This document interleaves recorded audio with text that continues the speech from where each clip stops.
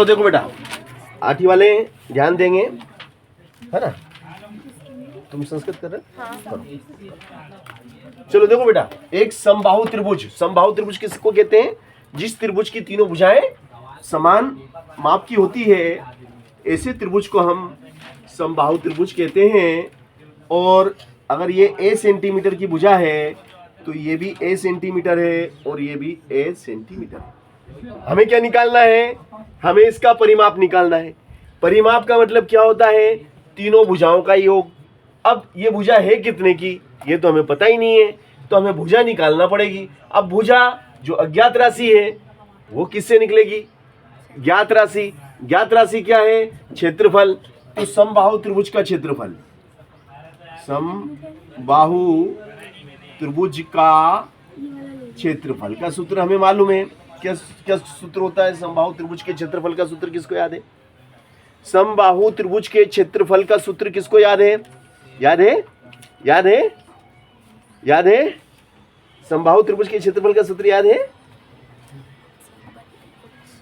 a√3/4 नहीं, a square √3/4, यही है ना? a²√3/4। चलो अब क्षेत्रफल कितना दिया? 16 बराबर a²√3/4 और ये पूरा कितना है आपका? 16√3। अब देखो, ये √3 से ये √3 गया, यहां बैठ जाए, है ना।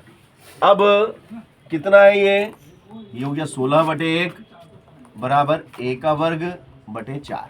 यहां तक आगे, है ना। देखो भैया, 9th की सवाल हो रही है ना।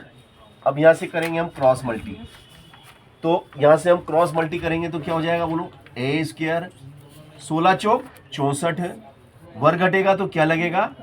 वर्ग लगेगा तो वर्गमूल लगेगा। और 64 का वर्गमूल कितना होता भाई साहब? 8 सेंटीमीटर। 8 64, 8 64, यही होता है ना, 64। अब भुजा कितने की है? 8 की। तो इसका परिमाप कितना होगा? बताओ, परिमाप बराबर क्या होता है? बोलो बेटा। टेस्ट अब परीक्षा बाद में लेंगे, पहले ये सवाल सीखो। परिमाप बराबर क्या? तीनों भुजाओं का योग। 1a 2a 3a। ए बोले कितना? इतना।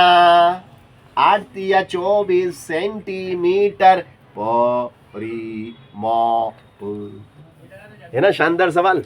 तो ऐसे अच्छे अच्छे सवाल पूछे जाते हैं परीक्षा में।